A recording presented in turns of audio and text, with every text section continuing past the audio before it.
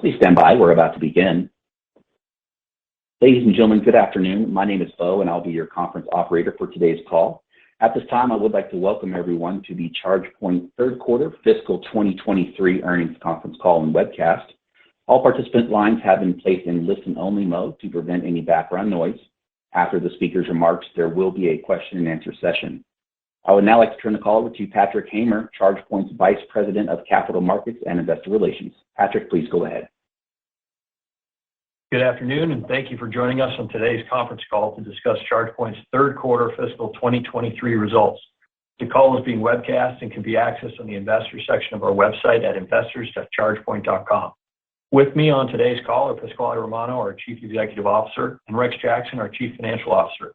This afternoon, we issued our press release announcing results for the quarter, which can also be found on the website. We'd like to remind you that during the conference call, management will be making forward-looking statements, including our fiscal fourth quarter and full fiscal year 2023 outlook. These forward-looking statements involve risks and uncertainties, many of which are beyond our control and could cause actual results to differ materially from our expectations. These forward-looking statements apply as of today, and we undertake no obligation to update these statements after the call. For a more detailed description of certain factors that could cause actual results to differ, please refer to our Form 10-Q filed with the SEC on September 8, 2022, and our earnings release posted today on our website and filed with the SEC on Form 8-K. Also, please note that we use certain non-GAAP financial measures on this call, which we reconcile to GAAP in our earnings release and for historical periods in the investor presentation posted on the investors section of our website. And finally, we'll be posting the transcript of this call to our investor relations website under the quarterly results section. And with that, I'll turn it over to Pasquale. Thank you, Patrick, and thank you everyone for joining our 8th earnings call as a public company. We had another record quarter with strong growth yielding $125 million in revenue, the low end of our guidance range, up 93% year over year and 16% sequentially. The difference between $125 million in revenue and our guidance midpoint was largely made up of production constraints on our most mature AC product as a result of supply-driven redesign. The delay in shipping this high-margin product held our margin improvement for the quarter to 1 point, and we have now shipped the shortfall and more in November. Demand again exceeded supply for the quarter, resulting in additional growth in backlog. We are on track to achieve our revenue target for the year, and Rex will provide more color on revenue and particularly on gross margin in his comments. As we manage the revenue and gross margin challenges presented by supply chain constraints, logistics disruptions, and new product introductions, I'd like to comment on operating expenses. As our OpEx this year shows, we've significantly slowed our operating expense trajectory. We are managing OpEx as a key driver of turning cash flow positive in the fourth quarter of calendar 2024, and think we have made and are making the right choices in investing to achieve our market position. As we have commented previously, we have invested ahead of the market for many years, and our revenue growth has been and continues to be correlated with the availability of electric vehicles. With the continuing announcements by manufacturers of new EVs for consumers and fleets, we believe the global vehicle industry has passed the point of no return. Spending ahead of revenue has enabled us to engage across our key verticals in North America and increasingly in Europe. Our spending has enabled us to build out a broad product portfolio and core functions within the company to support those product lines in our geographies.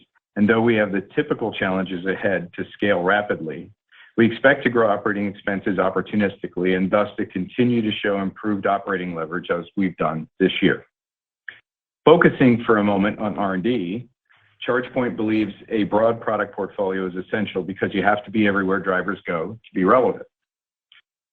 We have achieved major recent releases of our highly modular Express Plus DC product line, which powers our global fleet and passenger car fast charge solutions, and introduced the CP6000, our newest commercial and AC fleet product line, expanding our capabilities in the geographies we serve. With these products in production, we expect to shift a higher percentage of R&D spend to evolutions of our platforms and to continue investments in our cloud software, which comprehensively drives our entire ecosystem for drivers, commercial station owners, fleets, and a large array of ecosystem partners. Given our pace of growth, we will of course continue our investments in sales and in our channel relationships, which combined give us industry-leading reach. A useful growth indicator in this area is the number of bookings in a quarter that exceed $1 million. Last year, we averaged one booking over $1 million per quarter. This year, we have seen steady increases in the number of bookings exceeding $1 million within a quarter, which is a reinforcing trend supporting our land and expand strategy. In the third quarter alone, we had 11 bookings to end customers of over $1 million. We continue to add customers at a rapid clip. Our consistent expansion within existing customers was over 65% of our billings for the quarter, consistent with historical trends. And we now count 80% of the 2021 Fortune 50 as customers and 54% of the 2021 Fortune 500. Lastly, on investments, in support of the remarkably increasing scale of the business, we will be adjusting spend proportions in favor of business systems, sales automation, customer lifecycle management, support operations tools, and installer and channel partner platforms. We believe that the breadth of our product lines backed by the right systems infrastructure are significant competitive advantages. In Rex's commentary, he will address billings by vertical, but I wanted to comment briefly on some of the progress in Europe and fleet, two key enablers we believe critical to ChargePoint's revenue growth, outpacing North American consumer EV arrival rates. In Europe, we have been acutely supply constrained. Until the introduction of the CP6000, we did not have our own AC product for most countries. Despite the limitation, we have been winning logos at an impressive rate and are encouraged by the reception of the new solution. In fleet, the demand has been strong, but the market has been vehicle limited. We are seeing impressive growth in fleet where vehicles are being delivered and in scenarios where customers are anticipating deliveries. For example, short haul and last mile billings are up over 475% year over year, and transit is up 180% year on year. Our installed base of network ports under management grew to over 210,000, a year over year increase of 30% and sequential increase of 6%. Of those, over 65,000 are in Europe and over 16,700 are DC fast, an increase of more than 1,000 DC fast ports quarter over quarter. I'll remind you that ports under management is one way to track progress in our commercial and fleet verticals, as this represents the install base generating an annual software subscription. As a reminder, we do not include home chargers for single-family residences in our network port count, but we continue to see strong demand for residential. Complementing this, our roaming reach is now over 400,000 ports in North America and Europe. Combined, that's over 600,000 ports available through our platform. Rex will elaborate on guidance, but in short, the breadth and scale of our business model combined with accelerating driver demand for EVs has allowed us to narrow our annual revenue guidance range with a higher midpoint than we gave in March and reiterated at each quarterly call. This growth is despite persistent supply chain headwinds. While these headwinds continue, we are seeing signs of freight cost decline and component shortages concentrating. Looking at some of the environmental statistics that are so critical to all of us, we estimate that our network has now fueled approximately 5 billion electric miles to date. We estimate that drivers utilizing our network have avoided approximately 200 million cumulative gallons of gasoline and over 940,000 metric tons of greenhouse gas emissions. In conclusion, we continue to focus on execution. We strongly believe we have the right products and the right business model. We are growing rapidly across our 3 verticals and 2 geographies, so we simply need to do everything bigger and better to maximize our opportunities and generate maximum returns for our shareholders. We believe that with each passing quarter, we add to the remarkable technology team, customer relationships, channels, structure, and other competitive advantages we have been building over the 15-year history of the company. Rex, take us through the financials. Thanks, Pasquale, and good afternoon, everyone. A quick reminder, excuse me, as in previous calls, my comments are non-GAAP, where we principally exclude stock-based compensation, amortization of intangible assets, and non-recurring costs related to restructuring and acquisitions. Please see our earnings release for our non-GAAP to GAAP reconciliations. For Q3, revenue was $125 million, up 93% year-on-year and 16% sequentially at the low end of our guidance range of $125 to $135 million. As Pat mentioned, the difference between our results and the midpoint of our guidance was largely due to shipments of AC units delayed beyond quarter close, all of which shipped in November. As we have for multiple quarters running, we fundamentally shipped what we could build and booked more than we could ship. Though we worked down a meaningful percentage of our existing backlog during the quarter, a good thing since much of our backlog was at older and thus lower pricing, our ending backlog increased. Network charging systems revenue at $98 million was 78% of Q3 revenue, up 105% year-on-year and 16% sequentially. Subscription revenue at $22 million was 17% of total revenue, up 62% year-on-year and 7% sequentially. Other revenue at $6 million and 5% of total revenue increased 47% year-on-year and 56% sequentially.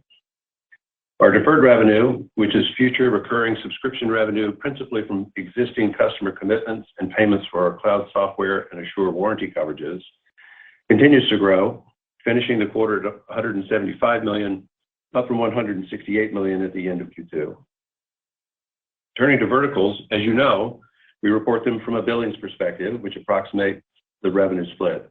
Q3 billings percentages were commercial 69%, fleet 18%, residential 12%, and other 1%, representing a slight shift in favor of fleet. Residential contribution was strong, but on a percentage basis was impacted by supply shortages. From a geographic perspective, North America Q3 revenue was 86% and Europe was 14%. In the third quarter, Europe delivered $17 million in revenue and grew 145% year over year. Europe revenue was essentially flat sequentially due to product availability, but from a bookings and backlog perspective, Europe had a record quarter. Turning to gross margin, non-GAAP gross margin for Q3 was 20%, up a percentage point from Q2's 19%. ASPs in the quarter improved. We saw about half of the June price increase flow through in Q3 as we continued to work off backlog generated prior to the price increase. However, that impact was partially offset by $7 million, or 5 points, of purchase price variances and elevated logistics costs, the margin impact of a heavier DC mix due to AC supply shortages, and $3 million, or 2 points, in product transition charges.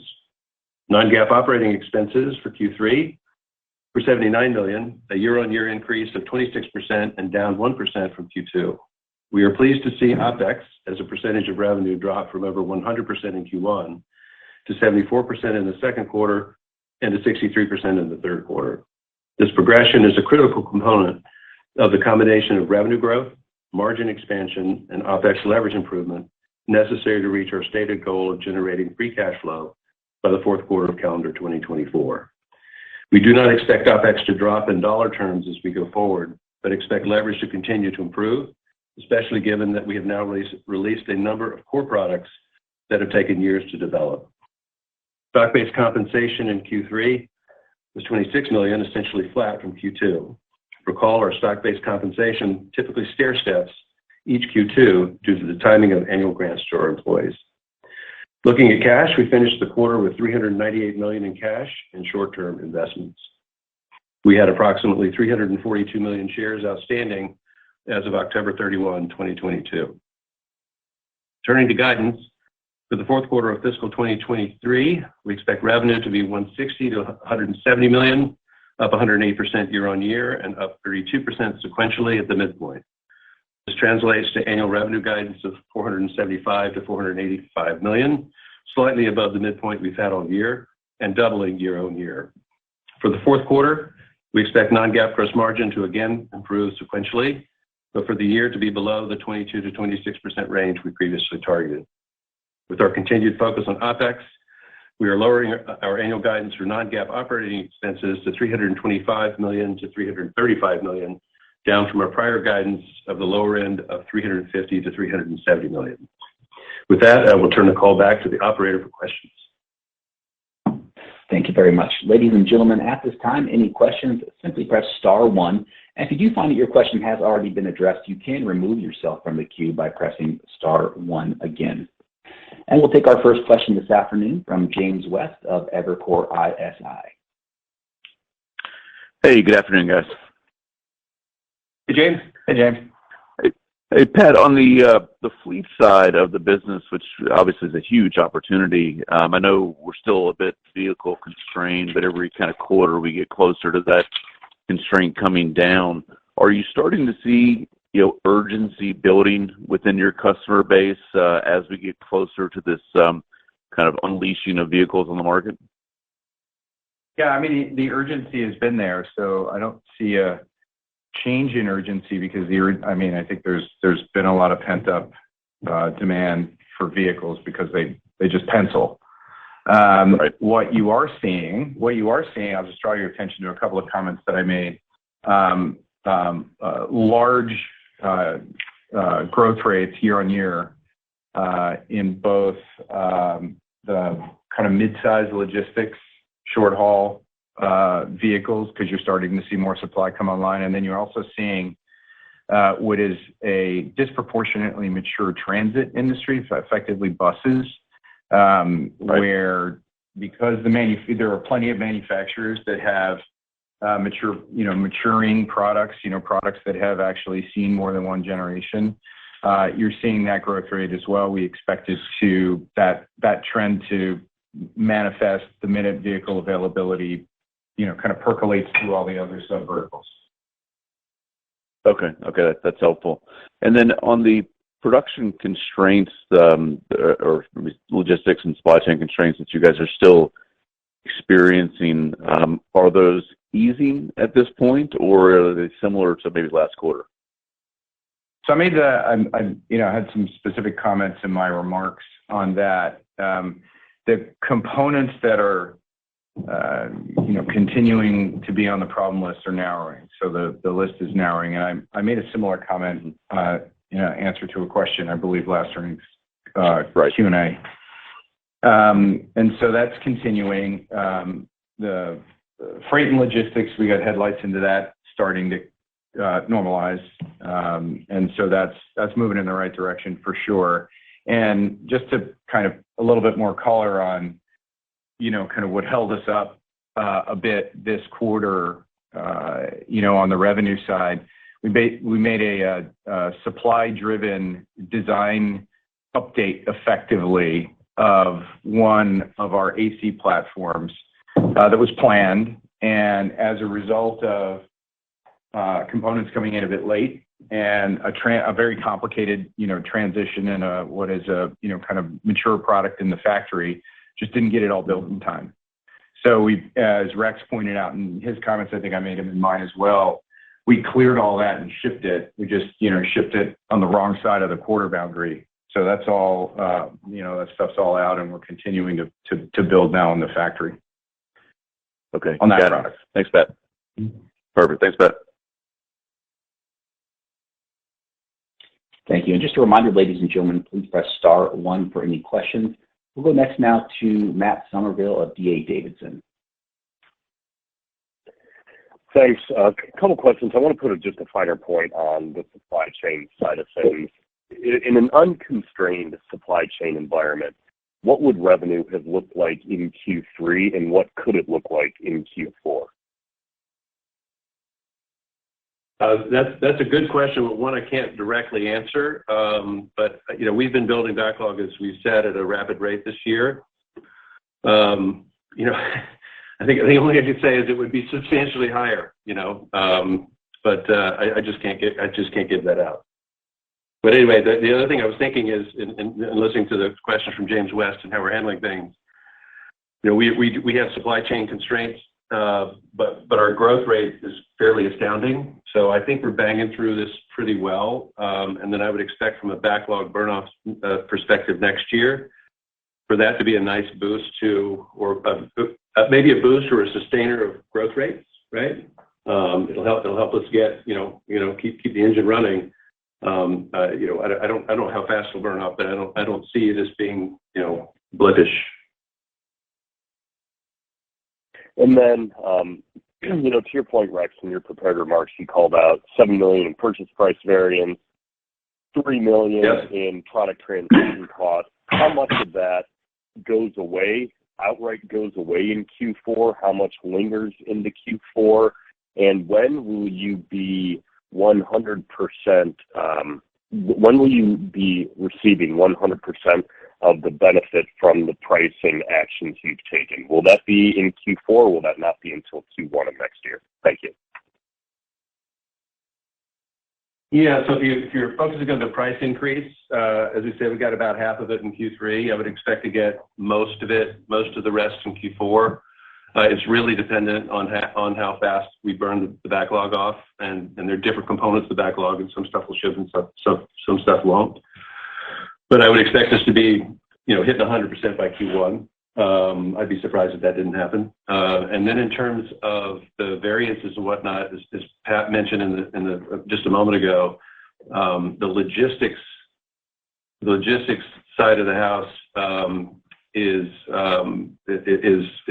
turning around pretty well. I think logistics have pretty well normalized and look a lot like they should going forward. So I would expect a benefit there. As far as the PPV, it's more isolated, and it used to be pretty much across everything, and now it's more isolated components, and I would see that coming down nicely over the next couple of quarters. Can't forecast when it goes away entirely, but I do think it would be on a downward trajectory. Maybe not in Q4 because a lot of things are baked in, but certainly as we go into next year. And then one thing you should know, in terms of getting to 100% on price increases, make sure you understand where they applied. They applied mostly to North America, hardware North America. We did a price increase on software earlier last year, and if you're doing a model, it'll apply. When we get to 100%, it won't be 100% because we have contracts with major customers that won't let us do that everywhere. But the impact is certainly meaningful and positive, as we saw in Q3 and expect to see in Q4. Got it. Thank you. We go next now to Bill Peterson of J.P. Morgan.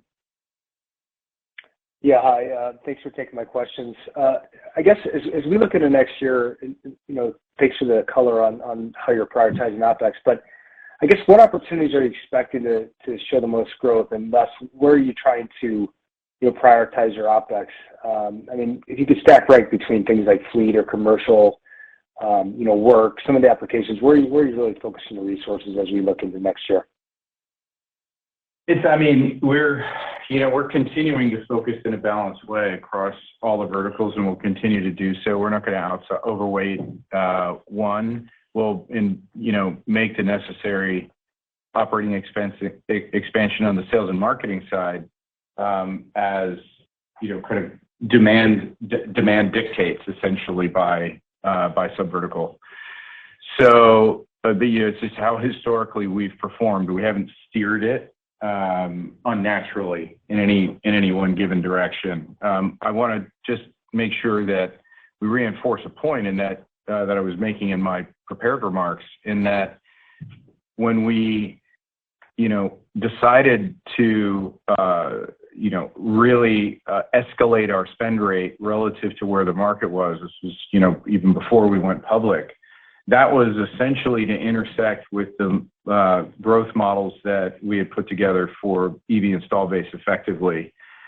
The reason that things have leveled off quite a bit with respect to OpEx expansion, and as Rex mentioned, it doesn't mean it's going to go down. It's just we're controlling that trajectory now, is because we built out most of the functions substantively necessary to support the verticals and the geographies. There'll be continued investments as we flesh things out and as certain verticals unwind from vehicle shortages, but I don't expect us to,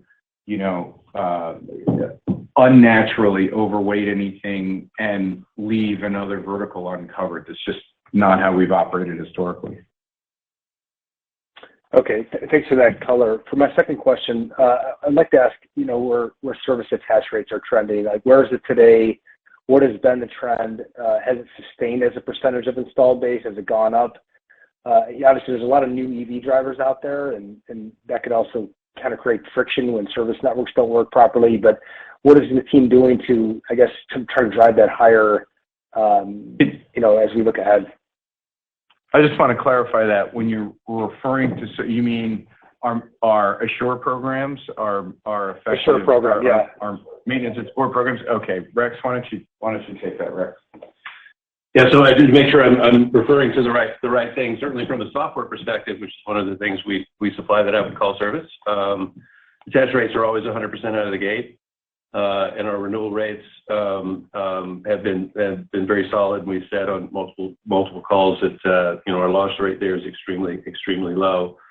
As far as our Assure warranty program, we put a lot of energy into increasing the attach rates on that over the last couple of years, so they're healthy. They're not 100%, but they're very healthy, and they're not trending down. They're trending slightly up, and we would expect that to continue.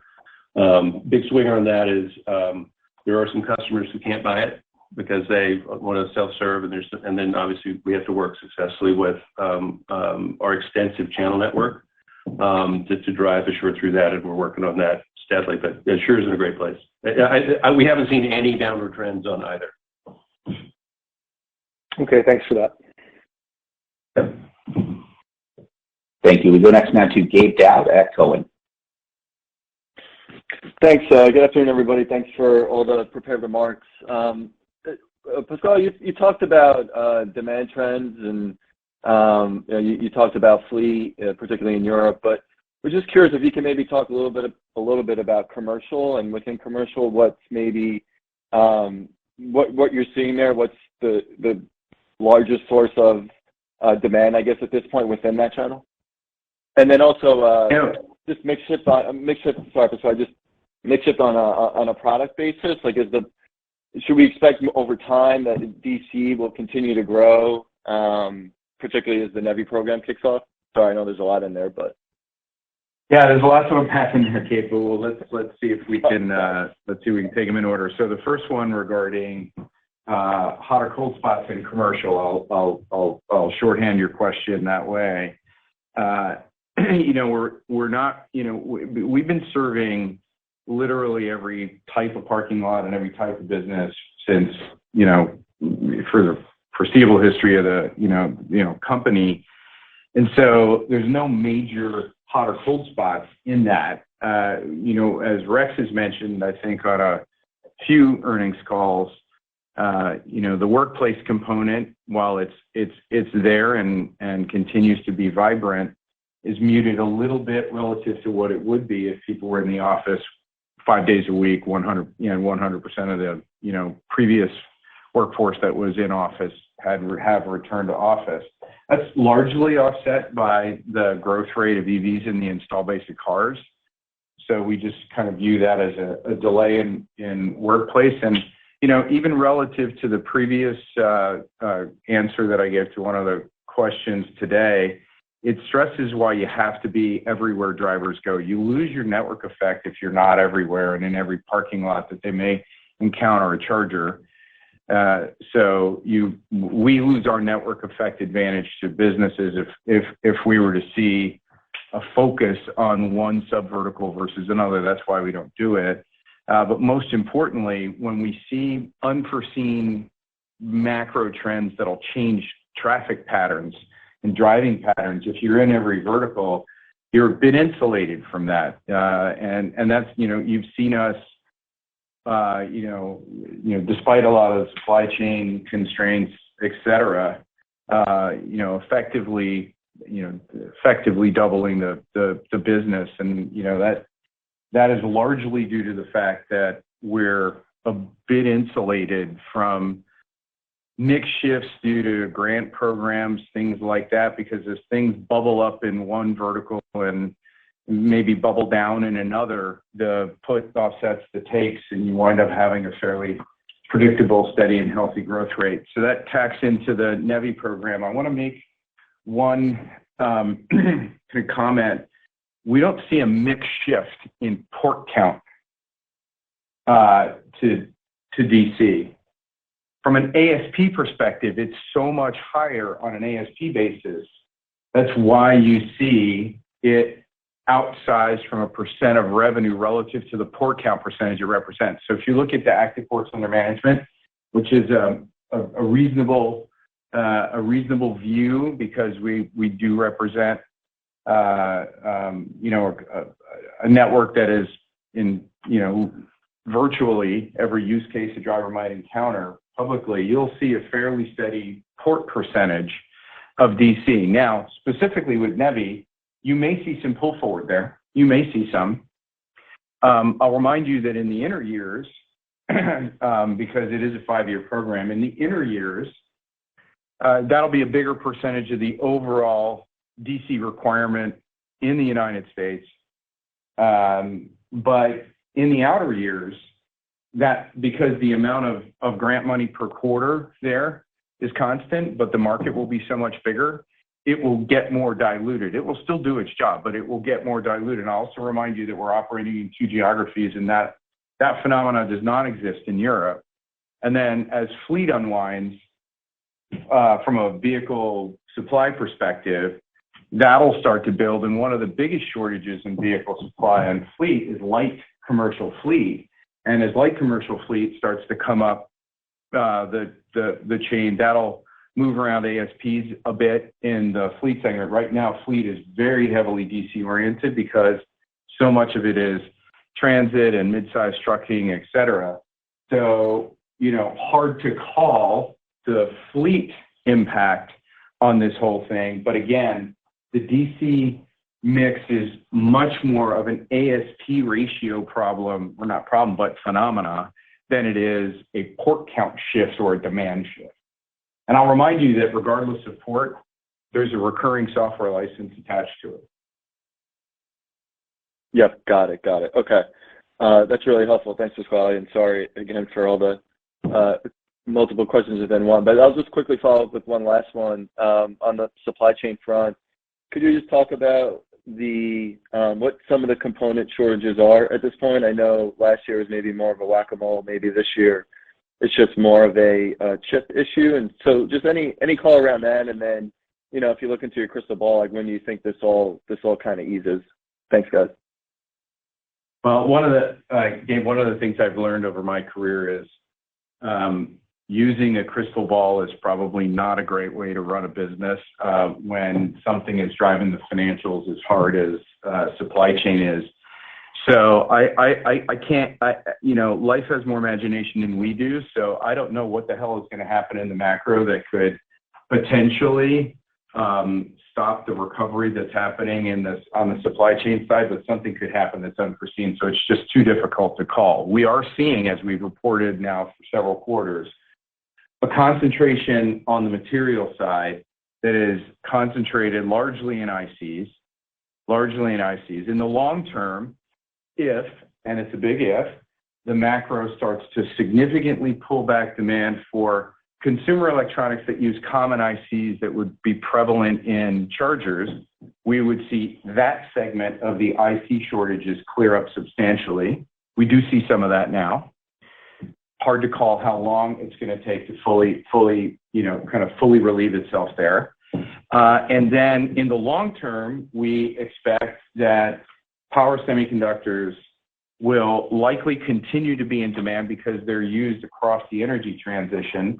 So we're going to have to be very strategic with respect to power semis and how we manage that in our supply chain. And obviously, because I just said that, that's something that our supply chain team is working on continuously. That's nothing new. That's known in the industry for quite a long time. So that's sort of how it naturally funnels down. But again, anything can happen in the macro, as we all know. So we are trying to be exceedingly careful. I think we've done a good job really building a lot of product and supporting the growth of the company in what is a situation I've never seen before in my entire 30 some odd year career of building products. So, we're welcoming a relaxation of these trends. Thanks, Pasquale. Great caller. Thank you. Thank you. We go next now to Colin Rusch of Oppenheimer. Thanks so much. Guys, given the diversity of requirements across geographies, could you talk a little bit about what you're seeing on the standards development side, and the potential to move increasingly towards standard hardware with dynamically configurable software, from a single SKU potentially? Yeah, I mean, look, the fast charge product line that we've been kind of grooming and expanding, that is a product line it ships everywhere now. It may because everything has been designed to be fairly Lego block. Whether we have a European standard cable or a U.S. standard cable attached doesn't change the fundamental electronics of the core or the software. The software just wakes up and understands what it's in and what country it's in, and it just does the right stuff and then makes sure that everything is set up in accordance of all the local guidelines and local standards, because the hardware remains configurable in that dimension. We launched the CP6K that's up and running and in manufacturing and shipping now.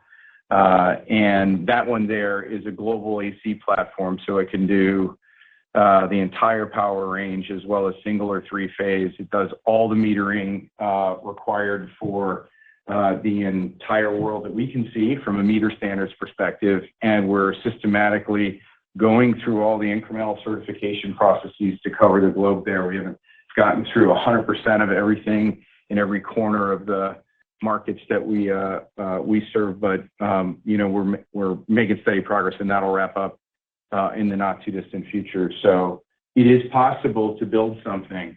I'll point to a specific example.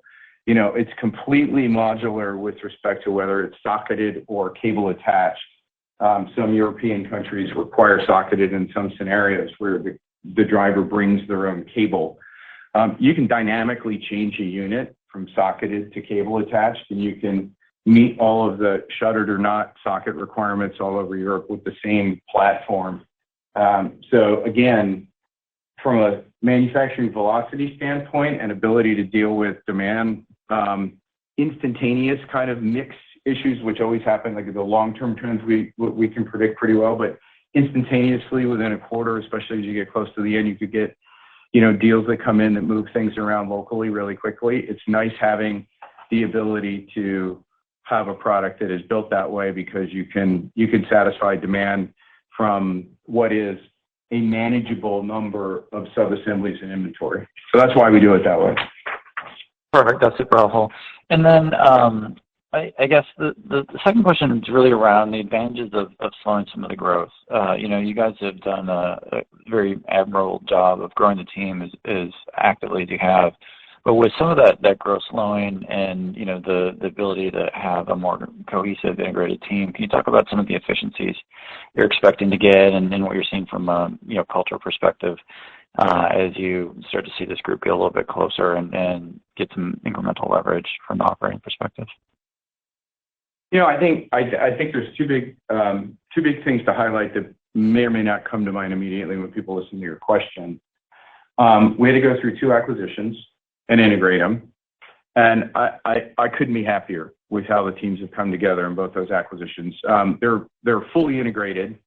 Many of the folks that came in from the acquisitions have senior positions within technical and sales leadership within ChargePoint. So it was a really great add from a talent perspective.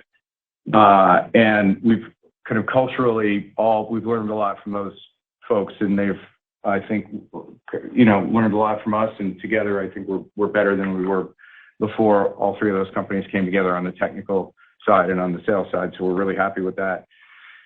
I think the bigger impact is how many people we've added since COVID, because that forced us into a remote environment like any other company for so many years. And if you look at how many, if you look at the historical headcount of the company, kind of pre-COVID, and then, we were still private, right? And going public and now being public for nearly 2 years, 2 years in March.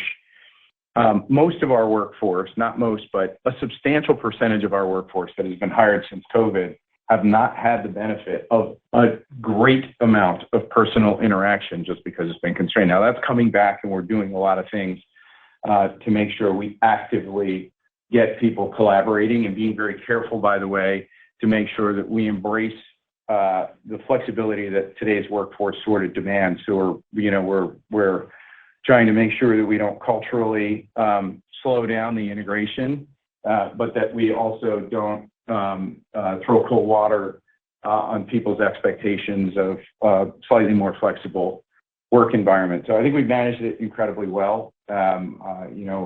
Feedback we've gotten is people are adapting, and they're coming back together now since the restrictions have lifted.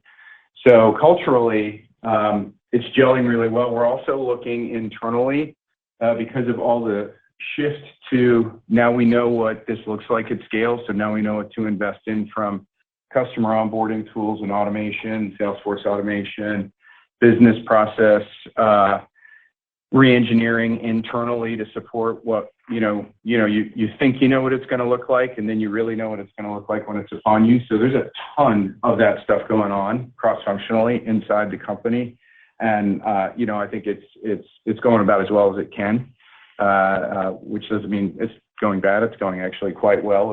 It'll take time to come to complete fruition because we're also trying to run a business while we're doing that. But I'm very happy with how the team has come together. Thank you. And ladies and gentlemen, just a reminder, we ask that you please limit yourself to one question. We'll go next now to Craig Irwin at Roth Capital. Good evening, and thank you for taking my questions.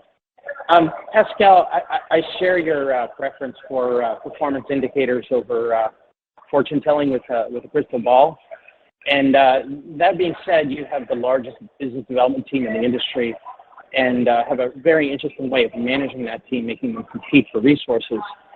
Can you maybe update us? You were appropriately conservative on the funding from the infrastructure bill, and said that this is really going to be a 23 benefit. Can you maybe update us on what you see as a potential timeline for different states to disperse that money in a meaningful way? And is there anything else maybe that you're more optimistic about in the short to medium term that might have a bigger impact on overall levels of market activity? Well, I don't think we have a shortage of market activity, and I'm not trying to be glib.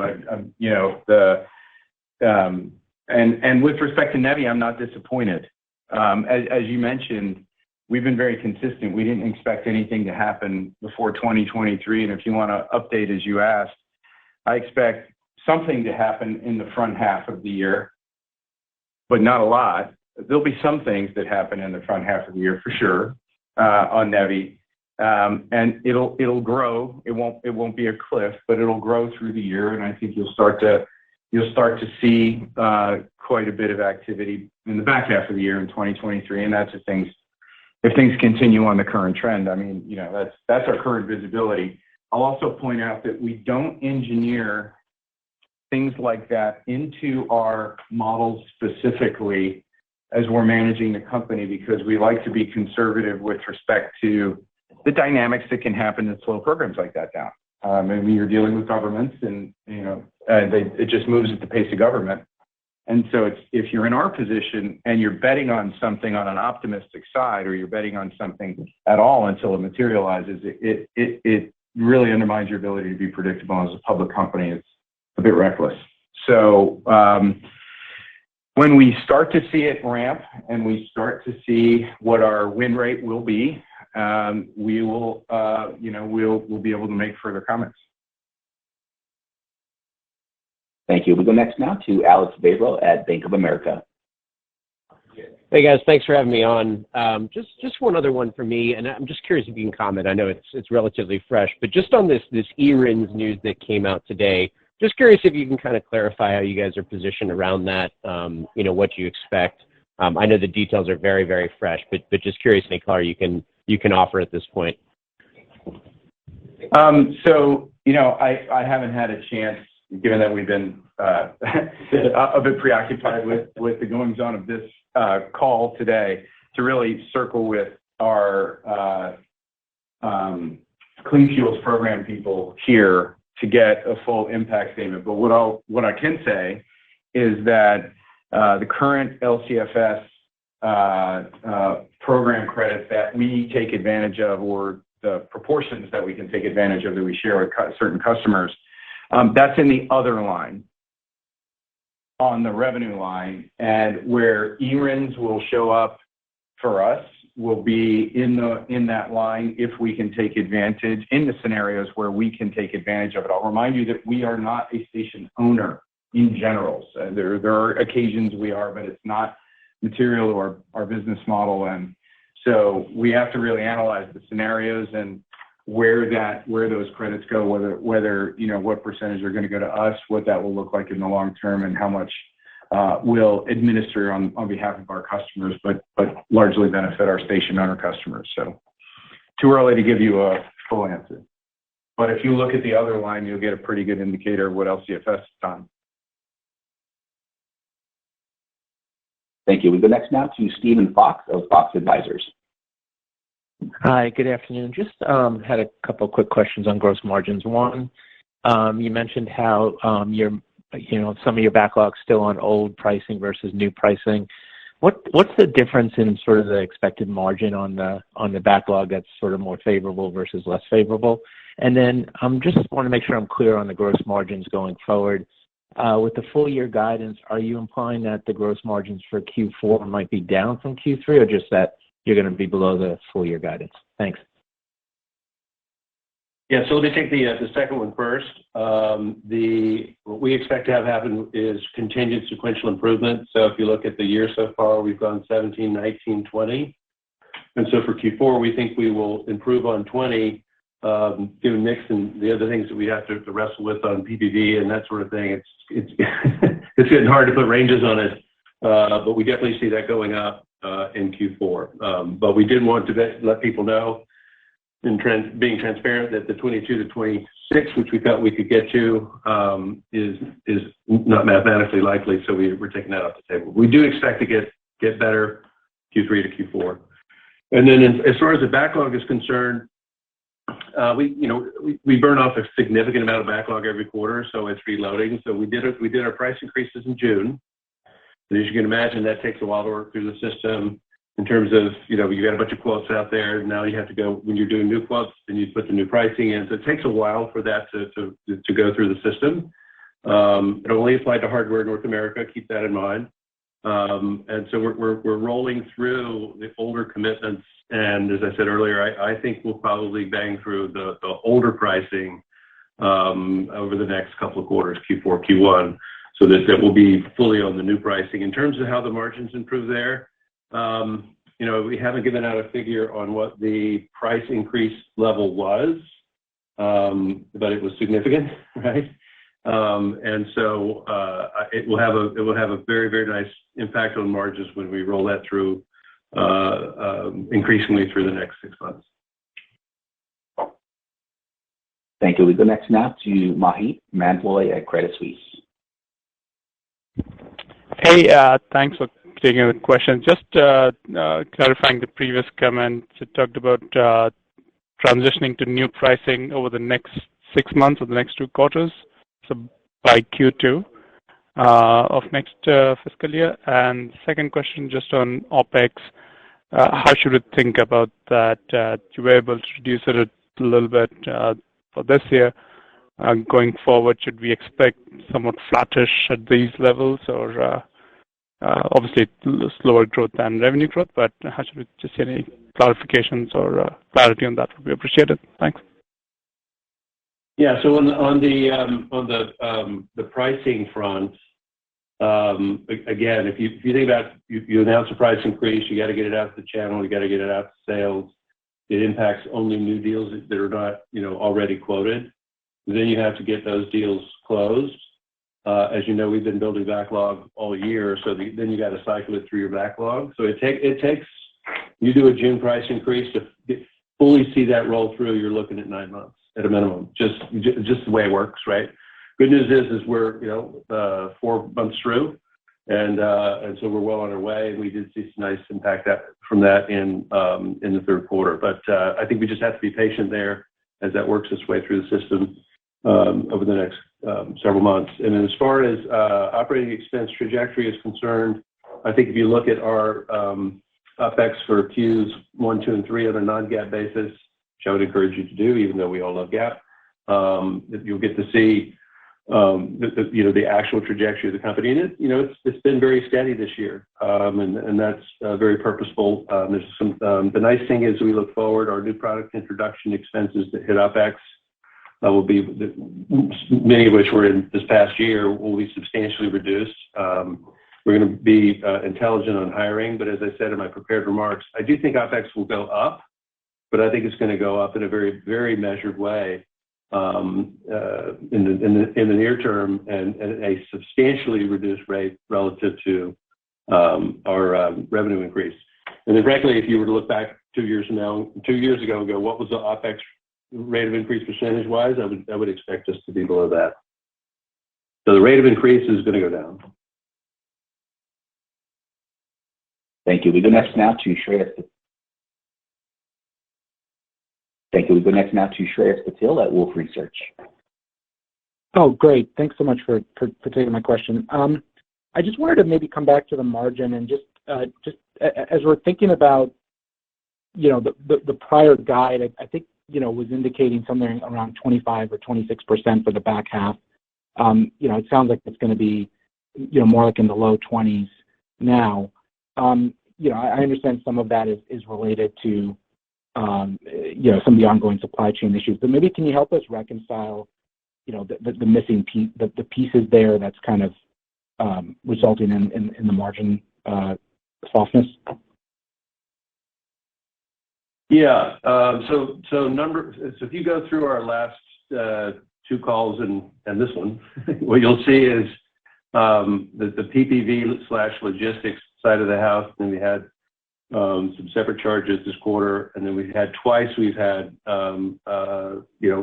stuff not get out of the dock from an AC, which is a higher margin product perspective. So there have been 6 to 8, even 9 points in each quarter that doesn't have anything to do with our business model, doesn't have anything to do with our products, doesn't have anything to do, frankly, well, maybe a little bit with mix, but not really.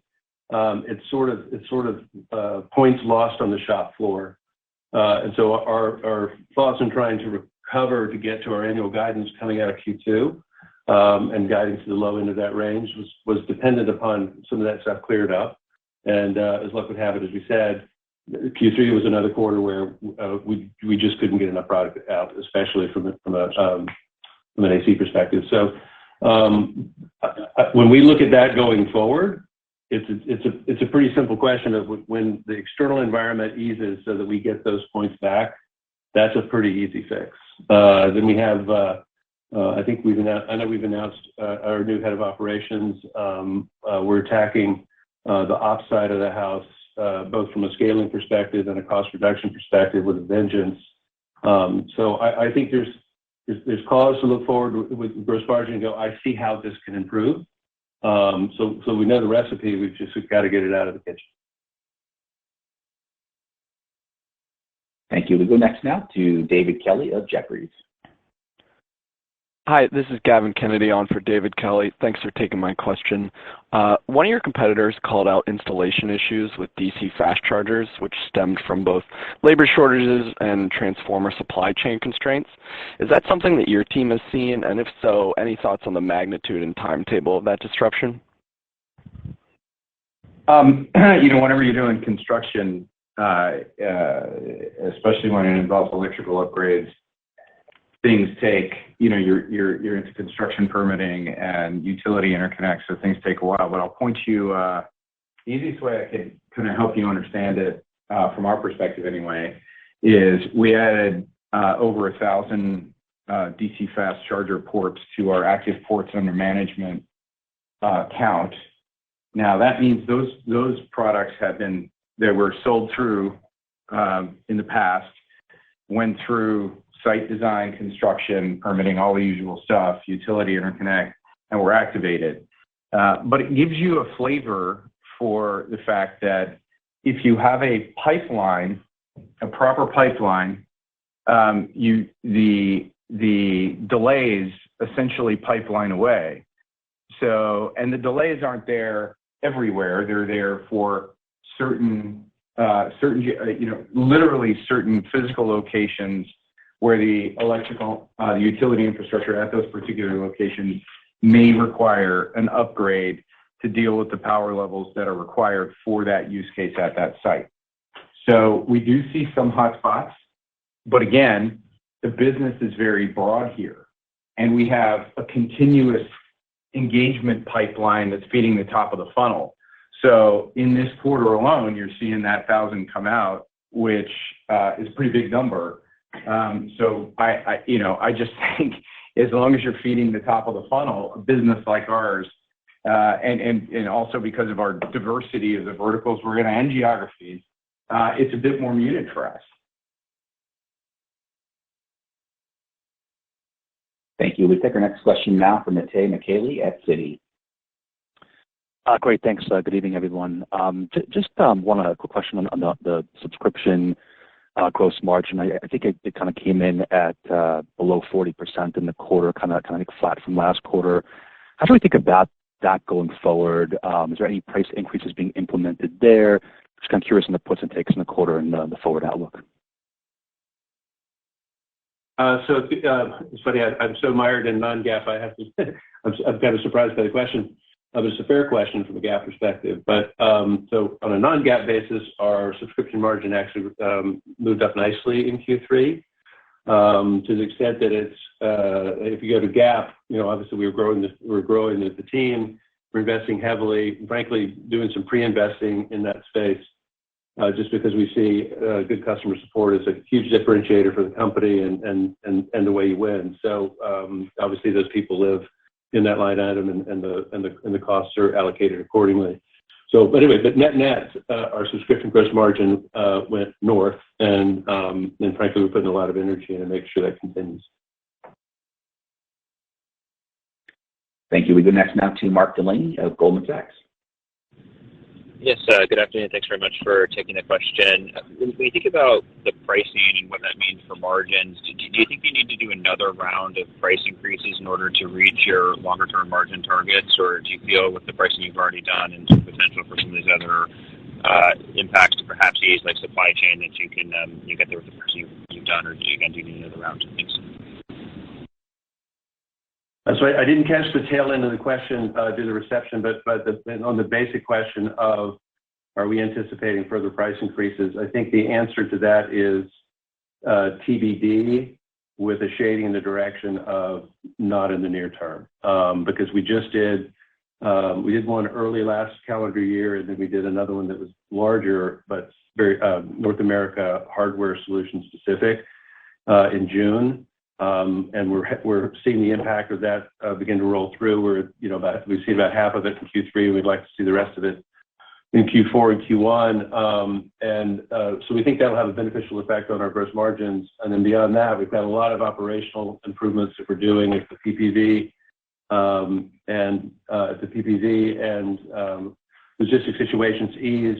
I think we can get where we need to be through more traditional means, right, of just improving our costs and improving our expenses, et cetera, versus going for further price increases. I mean, we do, like most software companies, we do have an automatic increase situation on software. So there is a built-in escalator there, but in terms of broad-based price increases, I don't see one on the table in the near term. Thank you. And that concludes our question and answer session this afternoon. Mr. Romano, I'll hand things back to you for any closing comments. Well, I just wanted to say, first of all, thank you for everyone for the thoughtful questions. Appreciate it very much. Want to reiterate my usual thanks for our team here at ChargePoint that had to work very, very hard to pull off the quarterly results. I know they're all very proud of their accomplishments and are looking forward to not only wrapping the year up in Q4, but to the road ahead in 2023 for us.